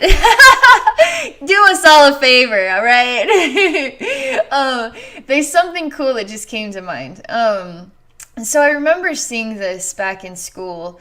We were learning it's like an Earth Day style thing. And so we were seeing how landfills, there was inspiration to fill them in with dirt and transform them into golf courses. So you take what is a massive, stinky, dirty landfill space, and then you transform it into like a vacation setting where people can actually golf. And underneath all of that is like trash that's been building up for 100 years or something crazy. And so it's like, That too, that's kind of another reflection of what you're capable of. Just taking what is a gross, dirty thing and transforming it into like an ultimate vacation setting where nobody would have ever guessed. You know what I mean? that you can do miracles like that. Your soul can, and the reason your soul can is because it's seen a lot of ugly sides of the infinite mirror, and now it just really relishes in transforming what is the ugly side into the beautiful side, the light side of the infinite reflection. So that's really neat. So your orbs of I love you are transforming this gross sewage space into something pure. I'm inspired to transform all of these spaces. This is interesting. You would not predict what this is becoming right now. I didn't even know this was gonna happen. Basically, it's starting to snow here, and this this water sewage is turning into an ice rink. But it's a natural setting. I don't even know how it seemed like a space like a Mexico or something style. I don't know how to describe it. It felt warmer. But it still felt, I don't know how to place where the feeling of the place was. But there's something about it was attached to a sort of a contamination. It just felt contaminated, like the water wasn't clean. It wasn't getting cleaned right. And so this water you wouldn't want to swim in it. You wouldn't want to fish out of it. But yet people are still sort of living around there. And we all know there's real places like this on the globe that need help. So we really need to band together and start feeling inspired to do things to help the planet and help other human beings who need us. Not all of us have the capacity to. And really the people who live in places like, in America and stuff where we really, you can go into a grocery store, you go into Walmart supercenters, like, oh my God, there's just so many things. There's not just one box of cereal, there's like thousands. But you go into places that aren't America, and you don't have that luxury at all, not even close. Couldn't even imagine it if you've never been here before, you know what I mean? And so we have such a gift because we live here. We really do have everything at our fingertips here. We can channel what we have and to help others. So there's something about this too. Because I'm not a big fan of trying to, poop on sort of the different symbols of, societies and stuff. That is not the goal for me. The goal is to turn things into a positive image, transform everything in the light so we can see everything glowing with heavenly light. What are the gifts that we have here, and let's help others with those gifts, you know what I mean?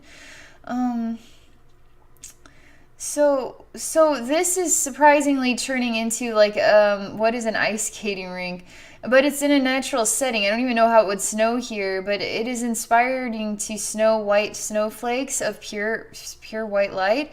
And they're touching this space and they're transforming this liquid into ice. And then people, even children, are ice skating, and the whole ground is turning into snow. It's like, and then this like I love you orb is stuck in the ice here. It's like, I don't know what this is all about. It's transforming the energy itself. It's inspiring it to be so different. You see, you add one little ingredient and everything changes. And so this is all starting, there's a black liquid underneath here that is starting to become, this work I'm doing is transforming this space. I don't know what this space is or what this is a reflection of, but it feels like a real place. You give it something totally different, and then it releases the old so you can go in with the new, right?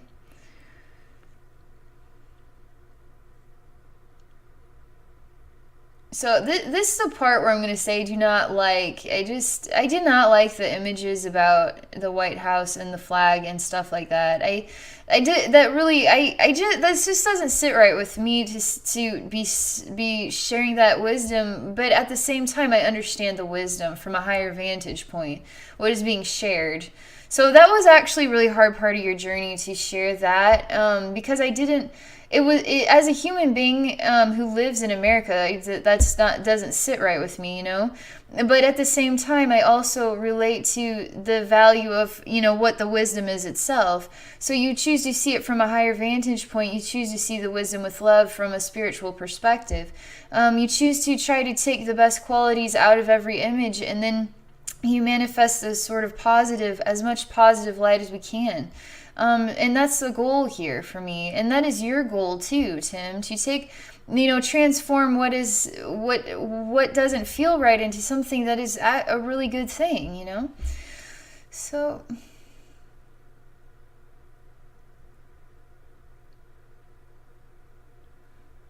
there's something about this too, is even helping when we choose to speak openly and honestly about our feelings too, about stuff. Because sometimes we see things too that just don't feel right, but we don't always speak about how it makes us feel inside. We just, you know, just accept it as the way it is. But when we choose to speak openly and to share what it really means to us in our hearts, now we're starting to make connections with each other, and meaningful ones at that. So now we're starting to share even more love with each other, through choosing to develop understandings that of different kinds even. Nobody else is going to be my mirror on the infinite reflection, and nobody else is going to be your mirror, Tim, and nobody else is going to be Scrappy's or anybody else's infinite mirror across the globe, whether you're in America or Mexico or, you know, Canada or France or Europe or Asia or wherever, Africa. Nobody's going to be anybody's infinite mirror, only those. And so we have 8 billion infinite mirrors out there. Let's use them. Let's really get to know everybody and make a difference across the globe. So I'm still allowing this space to transform. They're asking me to put the space into this this I love you orb. The I love you orb to be lifted up into the light, and we allow this to be another space in its own unique orb, and then to enter it into the orb of I love you. Something about you get to use your own inspirations and love of all in your profound heart. And then you develop something new. They're just somehow, these are just the ideas and inspirations for your heart and soul, because it honestly feels like, Tim, you're going to be up to a whole new project soon. This video is going to be the right inspiration that you need to do the something new. Like, you're actually ready to create something here, something totally new. Some gift to humanity by taking a space of that kind and transforming it with your special style, and then giving it as a gift to all of us, everybody, to experience it. And it's amazing. So you have all these different spaces, you know, where history has even been. The sort of darker side of history that turns into the light when you transform these spaces too. So we all feel it. I'm entering into a doorway. I'm entering into a space here full of clouds and light. There's a desk here, and there are no there's windows, but everything's so crystal clear and clean it doesn't even look like there's windows. So there's some wooden beams in between what are, 6 windows or 8 windows or something to make a room, and then there's a door in and out. So it's kind of open, but it's enclosed in windows, and then these wooden beams that go along the sides, across the top, and downward. And then I'm at a desk here, and it's odd, but I'm a skeleton looking at stuff, and I'm wearing like a sort of a red rounded hat with a feather in it, and then a red it sort of goes behind me and in front of me, squire or something. I'm wearing some sort of outfit that is distinctive of somebody who holds a pen with a feather, maybe scribe or squire. Somebody who holds a pen with a feather is writing. I can see him turning into a man now, writing in just scratching on a paper.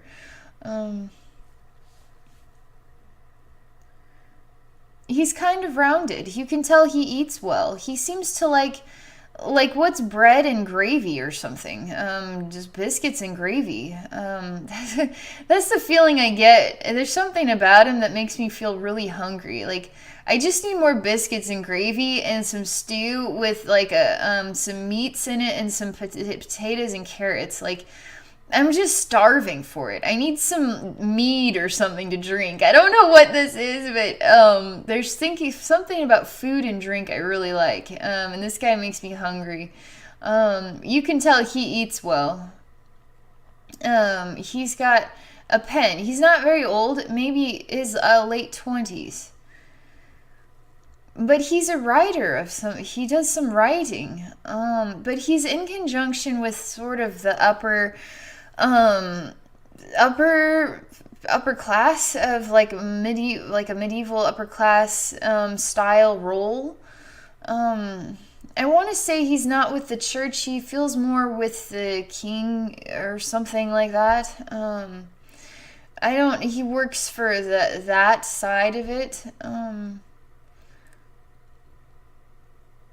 He's writing his memoirs. I'm not quite sure. Isn't memoir like writing your life story or something? He seems too young to be doing that.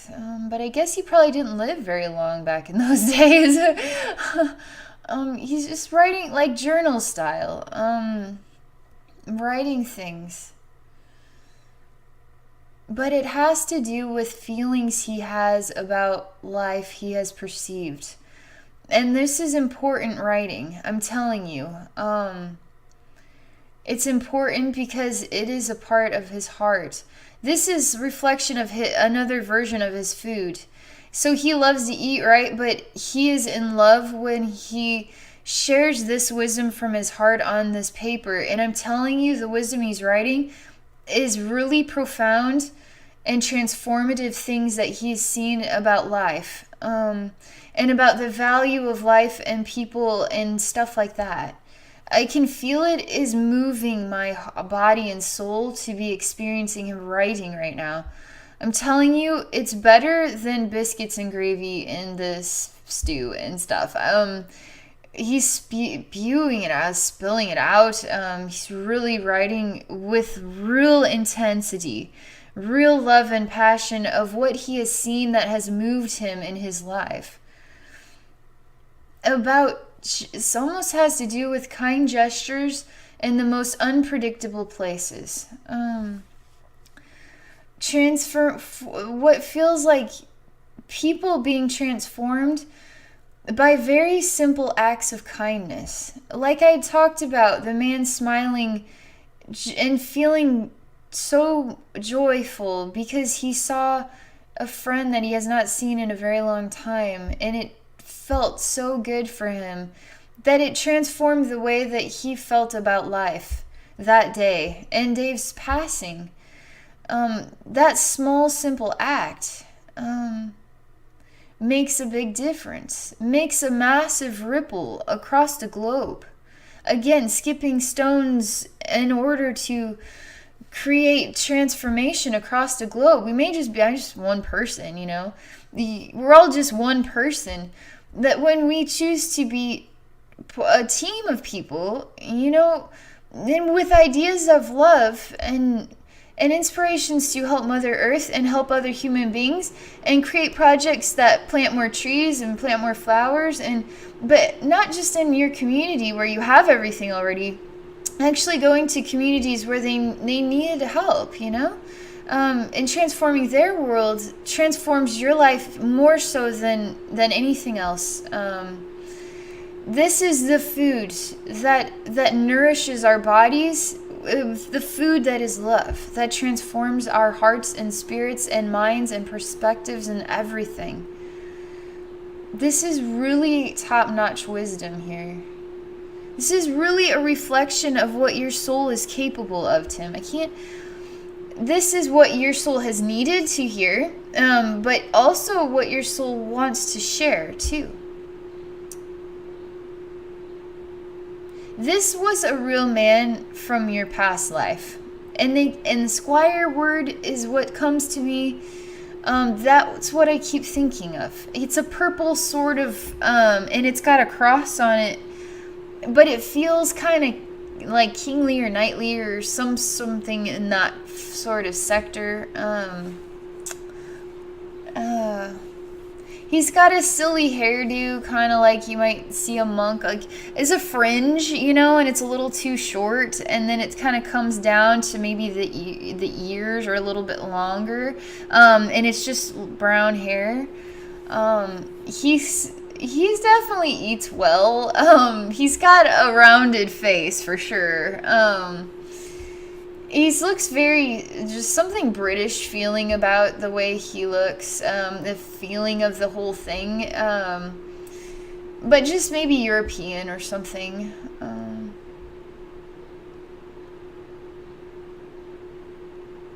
He's trying to show me something. I'm trying to go into his writing.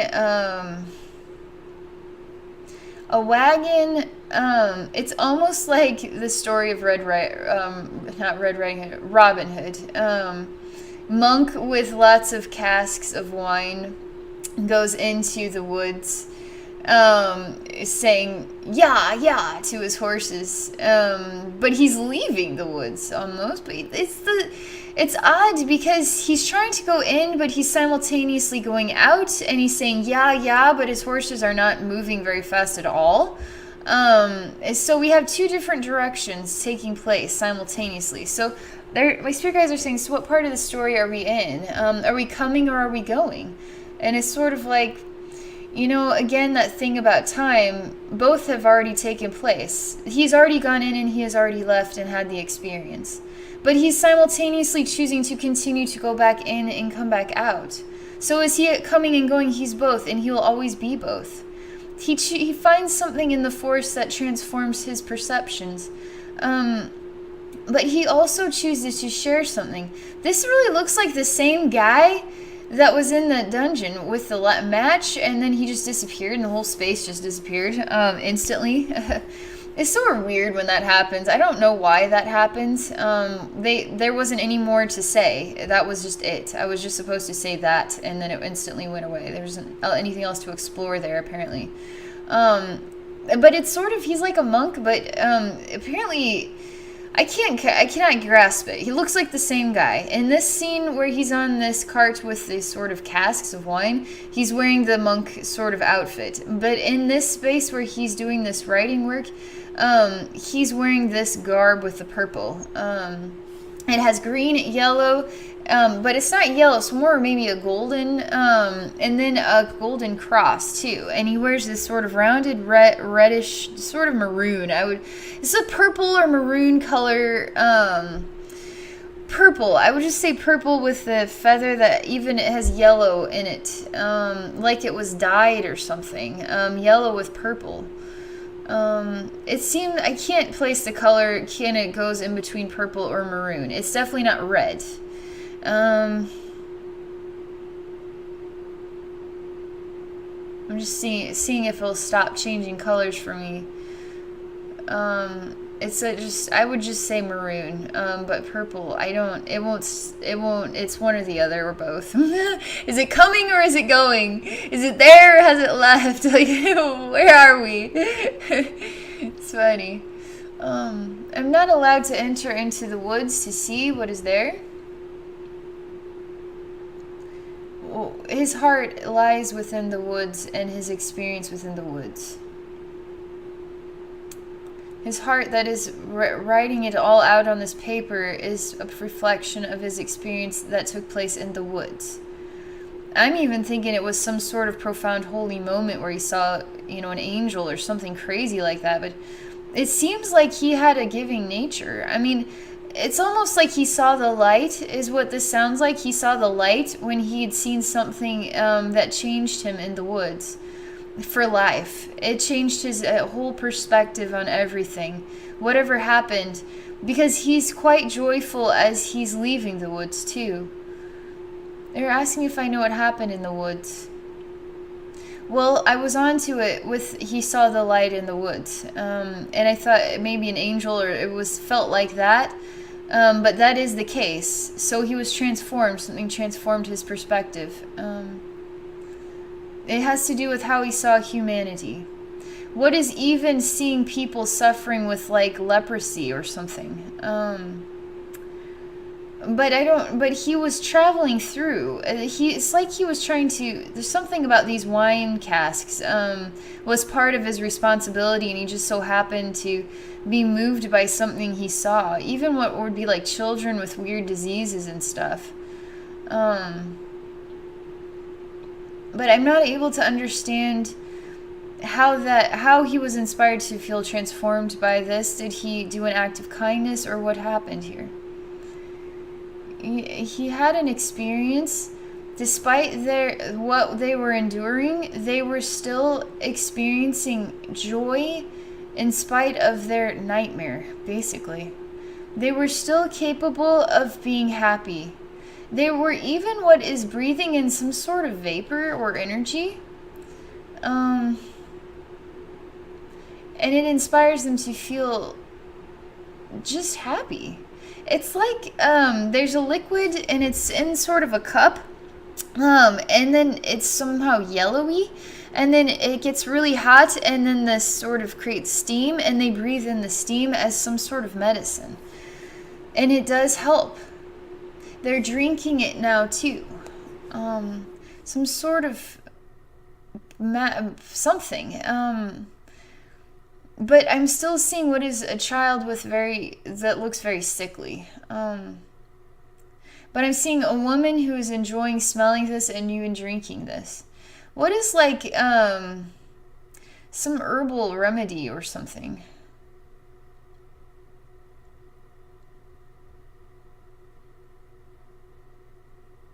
You seem to have learned something about how to cure diseases in this space. That's why you kept going there and back.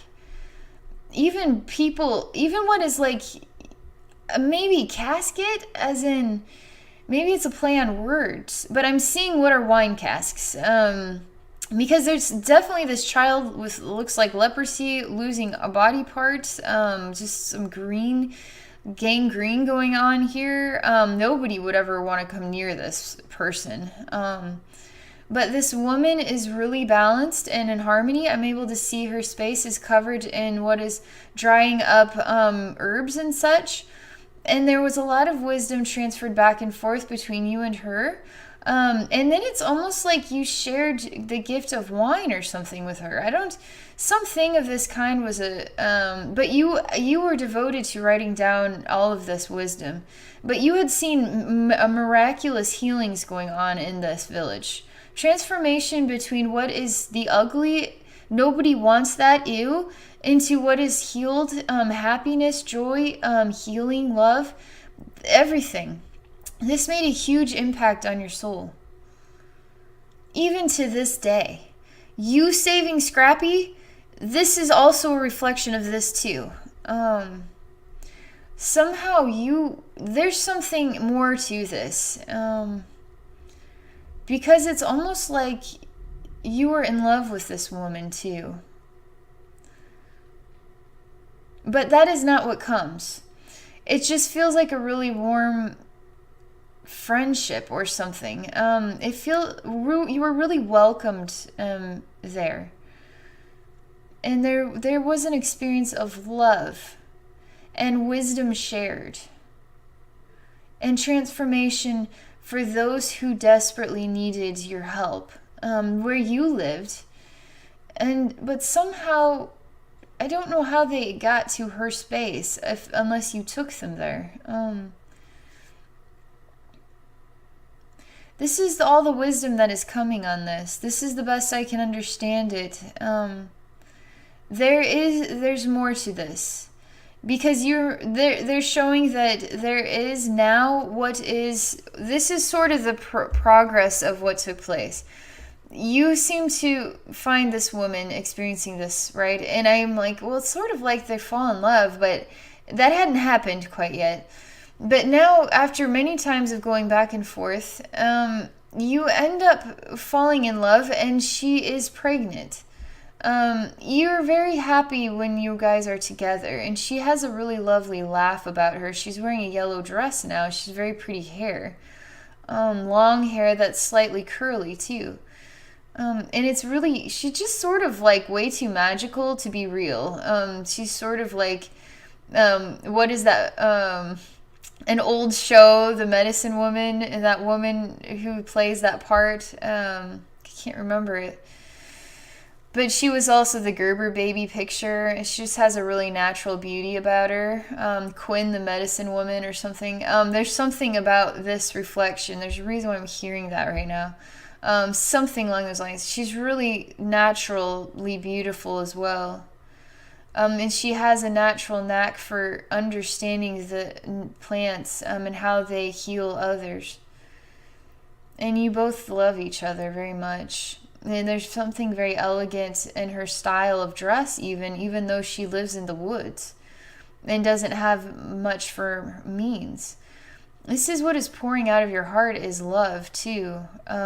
Passion, inspiration, fulfillment of a kind that is not, that just is more important than anything else you could be doing in your life right now. That's what this is. And you really do have a way of healing, like even children with diseases. But I'm not being able to see that actually happening just yet. I do, there's a connective piece that I'm seeing that is, but it hasn't. I just need to wait a minute here.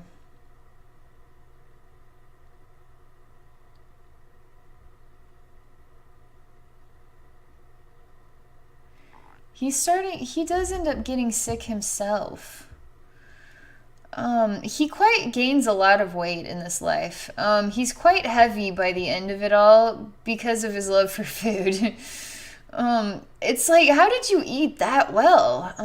But it must have been wine too, because he seems to have really liked wine, a drink as well. But there's a real love that they share, but I just see him getting very sick, and she's still sort of Ninja is sort of very happy with her plant creations. She hasn't come to help him just yet. He's sick. He's removed back into his space in this palace, like medieval castle or whatever. He has like a room that is kind of looks like that, sort of bricking style. And he's quite sick a lot. He's throwing up a lot in here. It's almost like his eating and drinking behaviors ended up getting the best of him. But I don't really care about that. I just like seeing him holding her from behind and feeling so much love, and she is pregnant.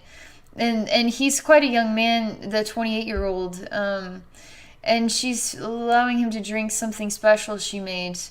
But there's something about a child here that gets very sick too. They're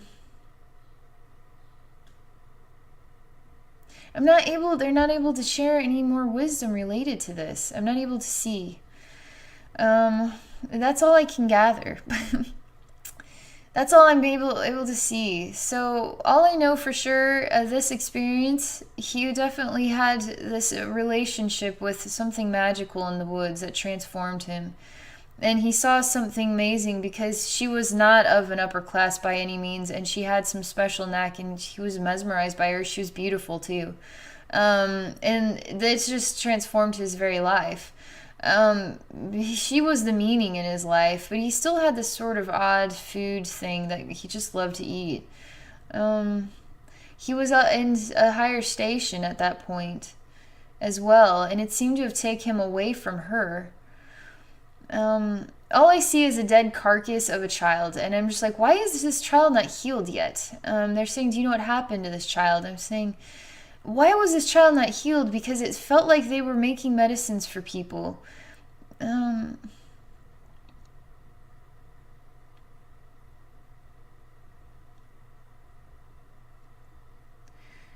I don't know. It's not coming to me. What would only be described as some things are not healable? As in, sometimes this that you could get, for instance, what would be somebody bad comes along and then you get hurt very badly, and the wounds can't just heal overnight like a medicine heals the flu or something like that. What could be the body gets gangrene and the body can't tolerate it, it's just not strong enough to get through it. That's the only way I could describe this. So what are people who have a special medicinal ability now cannot save their own child or something, like had gotten mangled or something? But I thought maybe it was like leprosy or something, because it just looked like the body was just not right.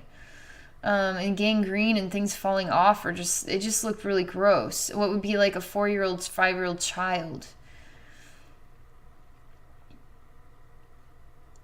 This is the point where they're asking that I close the book on this wisdom. That the value of this, the reason this would not come to pass about the child, somehow this was not a good thing that ended up happening. And there's something about where we focus the value. There was a lot of love that was shared and experienced, and it was totally magical and unreal. And so what do we focus on? Do we focus on the magic of living or the saddest parts of life? You get to choose, you get to decide. But there was ability to transform the ugly and the sickly into what was healthy again. And that also is a reflection of your soul. Your soul needed to know about this because this lifetime is still a reflection of who and what you are today.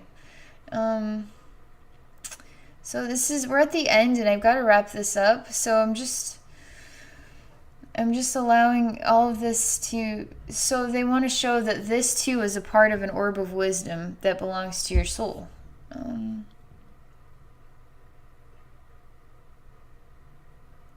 They're putting this in the I love you orb. And Scrappy too is in an orb of wisdom as well, and Scrappy is also part of your soul, and Scrappy goes in the I love you orb too. This I love you orb is turning into pure energy, and you're inhaling it. You are inhaling this like you had inhaled that soul fragment. You are feeling amazing from this. I'm telling you, you're growing angel wings and you feel like you could fly. It's inspiring your cells to open their eyes and wake up to, oh my gosh, I want to help. I want to do something. I'm inspired to create something new here, to change change the way people see things. This is just super wisdom.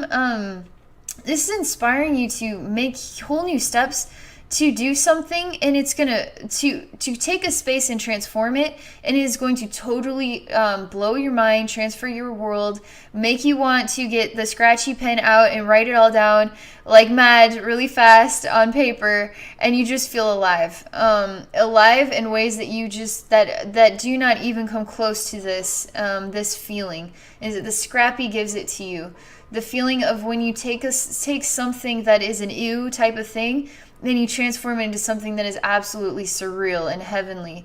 Take something that is of a sick vibe and you transform it and make it healthy and clean and worthwhile. You have some knack, and I mean, I'm telling you, could go so far with this as to create like a company style thing where you have a bunch of projects across the globe, and you have people who are on the same path, and you guys create ideas. You're sort of funded by people who love the work that you do, and then these funds go into transforming really really deranged sort of earth spaces, and then you come up with the ideas along with others that are going to go out and help manifest these places. You literally it feels like you're going to accomplish quite a few projects in your life still of this kind, transformative kind. Even some like absolutely magical ideas that could be really large spaces, even. Large enough spaces that it could be like the size of a Disney World or something. Really giving kids and families a place that is like, oh my gosh, this is not even a real place. But you have the ability to do that. So spirit guides are asking me how you accomplish that, and I'm saying you accomplish this through having a dream, and then you find you have this dream it's sort of like you have a dream of human beings. Sometimes you don't have a freaking clue how we're going to do this, right? We don't have a clue how to create peace across the globe. So what you do is you get up in the morning for 30 seconds, you imagine the earth, and it's surrounded by human beings of all different colors, in a peace sign holding hands. So what do you do when you do not have a clue how to manifest your dreams? You start with a dream, right? You just start with a dream, you put it in an orb of wisdom, and you hand it to heaven and let heaven manifest it for you. But they're saying there will be more involved here with the wheels turning. And as you start with the dream, you'll wake up every morning and think about it, and new ideas are going to pop into your head of how you're going to make that dream a reality. And they're showing me that it's amazing, because you're going to even be like, oh my gosh, how is this even possible? Every day I wake up and it's like something new just came to mind. I couldn't have even fathomed this yesterday, and now today it's like I figured it out. And it's just going to go like that, like every day. And your dream's just gonna start building from something small to getting something bigger and bigger and bigger. And that's how you're gonna do it. So, okay, Tim, this is your awesome journey healing. Super awesome wisdom for us all. So thank you. Super good. You needed this. You needed to experience this. Is really an awakening for your body and your passion, your natural passion and inspiration to do things like this. And Scrappy is your very special guy to help you along your journey with all of your dreams. He's a part of that dream too. Okay, this story I'm going to say that this is the end. For all of you viewers out there, please, if you would would feel like you want some transformative healing and wisdom, and please contact me, and I'd be happy to share a soul rebirth journey with you. To transform your life and your perceptions and the way you feel about living and all of that. So, okay, this is all for now, and thank you for watching. Wishing everybody all the best.